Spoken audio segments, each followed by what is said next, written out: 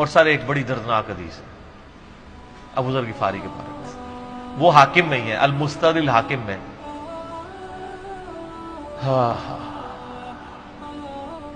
غزوہ تبوک آپ کو پتا ہے ایک ایسا غزوہ تھا جس میں جو شرکت نہیں کرے گا وہ منافق ڈکلیئر ہوگا، قرآن میں فتویٰ آ گیا تھا۔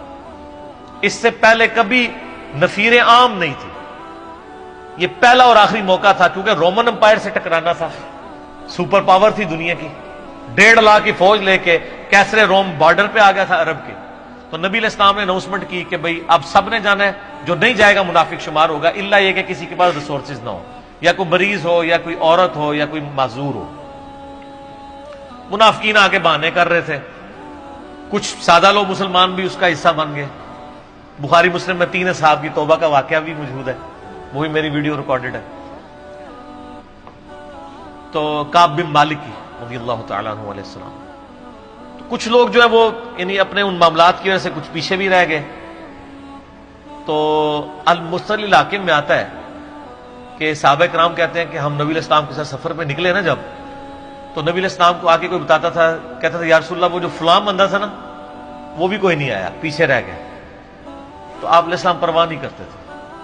پھر بتایا گیا یا رسول اللہ وہ بھی کوئی نہیں، یعنی جڑے نعرے مارتے سن اچے اچے جدو ایتھے کسی دسیا جائے کہ سر وہ تہاڈا پکا جڑا یار ہے بیلی وہ بھی کوئی نہیں جے، تو حضور علیہ السلام کو لوگ نا فیڈ بیک دیتے یا رسول اللہ وہ بھی غائب ہے، وہ بھی نہیں آیا۔ اب 30,000 کے لشکر میں آپ نے کوئی ریکارڈ تو نہیں رکھا تھا، رجسٹر تھا، لیکن کدھر 30,000 بندوں میں کدھر کوئی رکھ سکتا ہے صاحب اس طرح؟ یا رسول اللہ وہ بھی رہ گیا، وہ بھی۔ تو حضور علیہ السلام کہتے ہیں ٹھیک، آپ فرماتے تھے اللہ چاہے گا تو آ جائے گا، نہیں آئے گا تو نہیں آئے۔ تو کسی نے کہا کہ وہ ابو ذر غفاری بھی پیچھے رہ گئے، آیا اور ابو ذر کو اس کے اونٹ نے روک لیا۔ اونٹ ہی نہیں اٹھ رہا تھا نا سر، وہ آپ کو گاڑی تو نہیں ہے نا جو سٹارٹ کر لیں گے آپ، اونٹ چلنے سے انکار کر دیں، کوئی کر سکتا ہے؟ اور سر سفر کتنا ہے؟ 700 کلومیٹر، 700 کلومیٹر کا ریگستانی سفر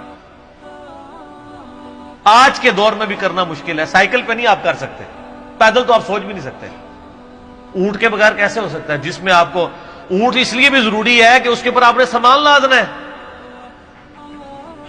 پانی نہیں راستے میں پینا۔ ریگستان میں تو کئی کلومیٹرز تک کچھ بھی نہیں ہوتا، بھوکے پیاسے مریں گے۔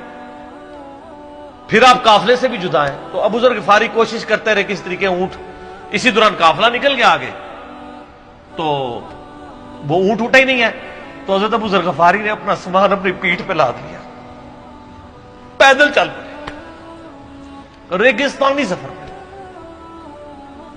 حاکم کی روایت ہے کہ ہم نے دیکھا دور سے ایک اکیلا شخص ہے جس کی پیٹھ کے اوپر بورا لدا ہوا ہے۔ تو نبی علیہ السلام کی آپ محبت دیکھیں، آپ نے فرمایا کہ تو ابو ذر ہو جا، یعنی جو آنے والا شخص ہے تو ابو ذر ہو، یعنی حضور نے خواہش کا اظہار کیا۔ آپ کو نظر تو نہیں آ رہا تھا یہ کون آ رہا ہے، آپ کی محبت، آپ کو پتا تھا ابو ذر غفاری نہیں رہ سکتا پیچھے۔ تو صحابہ کہتے ہیں آپ نے فرمایا تو ابو ذر ہو جا، تو صحابہ کہتے ہیں تھوڑی دیر بعد جب وہ قریب آئے تو ہم نے پہچان لیا ابو ذر غفاری ہیں۔ تو جب ہم نے پہچان لیا نا تو حضور علیہ السلام نے ان کے پہنچنے سے پہلے آپ نے فرمایا ابو ذر کو دیکھو اکیلا آ رہا ہے، اکیلے ہی دنیا سے جائے گا اور قیامت دن بھی اکیلا اٹھایا جائے گا۔ دنیا سے کیا کہہ رہے گے؟ صحیح بخاری میں آتا ہے کہ حضرت عثمان غنی رضی اللہ عنہ کے دور میں چکے، یہ اس حدیث کا بھی کچھ حصہ باقی ہے، میں بعد میں بیان کروں، پہلے میں اس کو کنکلوڈ کر لوں کہ صحیح بخاری میں آتا ہے کہ حضرت ابو ذر غفاری شام چلے گئے تھے، وہاں پہ چونکہ گورنر تھے حضرت معاویہ رضی اللہ تعالیٰ عنہ،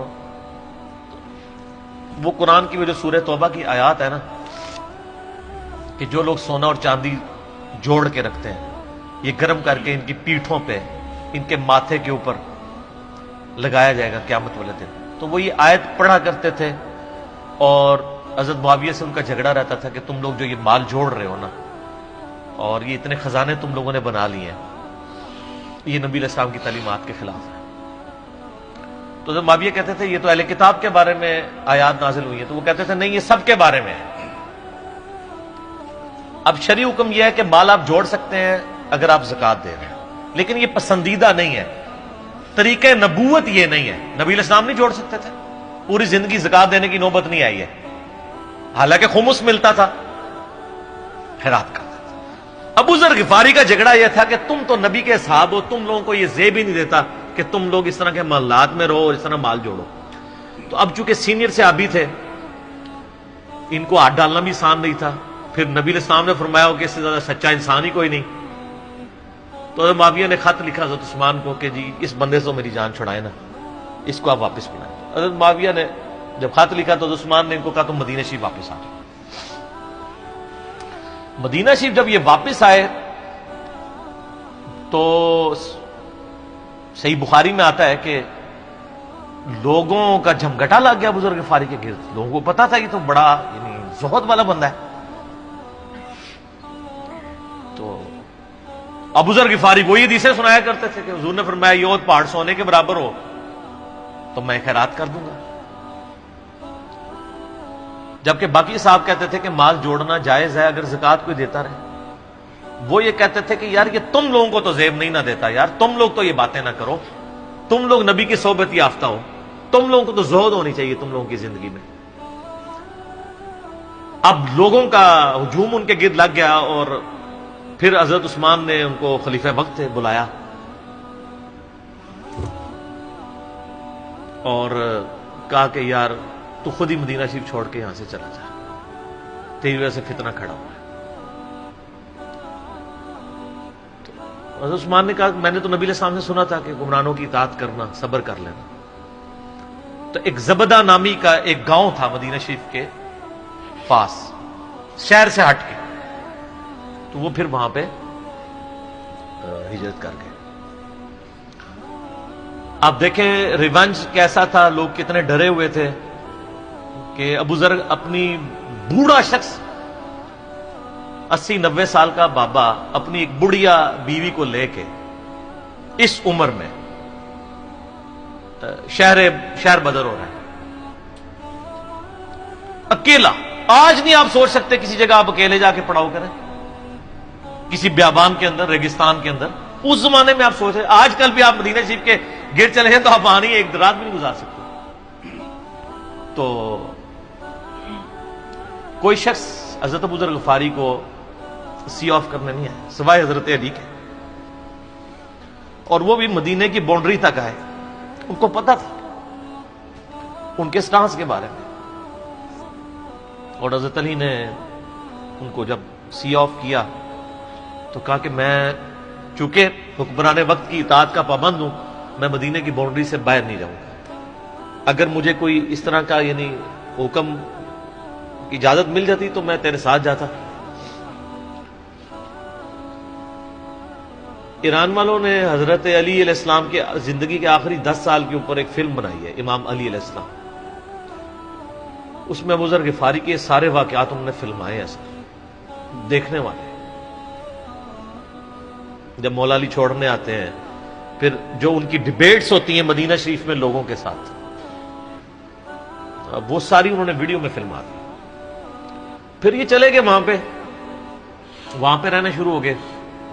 اب اس حدیث کی طرف واپس آ جائیں جو فرمایا آپ علیہ السلام نے اکیلے ہی مرے گا، تو ابو ذر غفاری، اس حاکم کی روایت میں آتا ہے ابو ذر غفاری کی موت کا وقت قریب آ گیا، صرف بیوی ہے پاس۔ بیوی نے رونا شروع کر دیا کہ حضرت آپ فوت ہو گئے، آپ کو کفن کون دے گا، آپ کو غسل کون دے گا، آپ کو دفنائے گا کون، میں عورت ذات کیا کر سکتی ہوں۔ حضرت ابو ذر نے کہا کہ نبی علیہ السلام سے میں نے سنا تھا کہ تو اکیلا مرے گا، پھر مسلمانوں کا ایک قافلہ وہاں سے گزرے گا جو تجھے کفن دے کے دفنائے گا اور جنازہ بھی پڑے گا۔ تو نے فکر نہیں کرنی، جب میں مر جاؤں تو میری لاش کو چوراہے پہ رکھ دینا، گزرگاہ پہ، جو یعنی مدینہ کی طرف راستہ آتا تھا گاؤں ایریا سے گزر کے، اللہ میرا بندوبست کر دے گا۔ وہی ہوا کہ ان کے مرنے کے بعد مسلمانوں کا ایک قافلہ دور سے آ رہا تھا. تو اسی مستدل حاکم کی حدیث میں آتا ہے کہ سر قافلہ بھی سنے پھر کون ہے؟ عبداللہ ابن مسعود. ابو ذر غفاری بھی زہد کے امام، ابن مسعود بھی زہد کے امام، ابو درداء بھی زہد کے امام.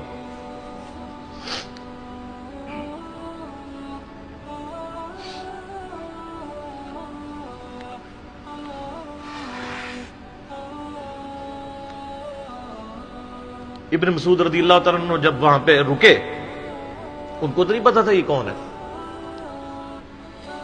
تو انہوں نے کہا بی بی کیا وہ؟ ان کا میرا خامند مر گیا ہے. ان کا یہ کون ہے؟ تو انہوں نے کہا ابو ذر غفاری. عبداللہ ابن مسعود کی چیخ نکل گئی، چیخ ماری انہوں نے. ان کا واہ. اللہ کے نبی نے فرمایا تھا کہ ابو ذر اکیلا آ رہا ہے تبوک کے موقع پہ، دنیا سے بھی اکیلا جائے گا، اور قیامت الدن بھی اکیلا اٹھایا جائے گا. یعنی اب اسی سرزمین سے ہی اس نے اٹھنا ہے نا، ہر بندے نے اپنی قبر سے اٹھنا ہے. یعنی وہ مسلمانوں کے قبرستان میں بھی دفن نہیں. ایک یہ جو مزار کی رٹ لگائے پھرتے ہیں، میں ان سے پوچھتا ہوں تمہارے بابوں کی کیا اوقات ہے؟ ابو ذر غفاری کا مزار دکھاؤ کدھر ہے. جو اس روئے ارض پہ نیلی چھتری کے نیچے سچا ترین انسان جس کو اللہ کے نبی کہہ رہے ہیں، اس کا کوئی مزار نہیں ہے. غریب المتنی میں مرا ہے، اس کی قبر بھی ایسی جگہ ہے جہاں مسلمانوں کے پاس قبریں بھی کوئی نہیں ہے. ایک ریگستان میں اکیلی قبر ہے، اس قبر کا بھی کسی کو نہیں پتا، اس پہ کوئی مزار بھی نہیں ہے. اور قیامت الدین بھی اکیلا اٹھایا جائے گا، یعنی قیامت تک وہاں پہ کوئی قبرستان بھی نہیں بنے گا. ظاہر نبی علیہ السلام کی یہ بھی خبر ہے. تو کیا وہ ناکام ہو گیا اگر مزارات ہی دلیل ہے کامیابی کی؟ تو عبداللہ ابن مسعود رضی اللہ تعالیٰ نے ان کو غسل دیا، کفن دیا اور دفنا دیا.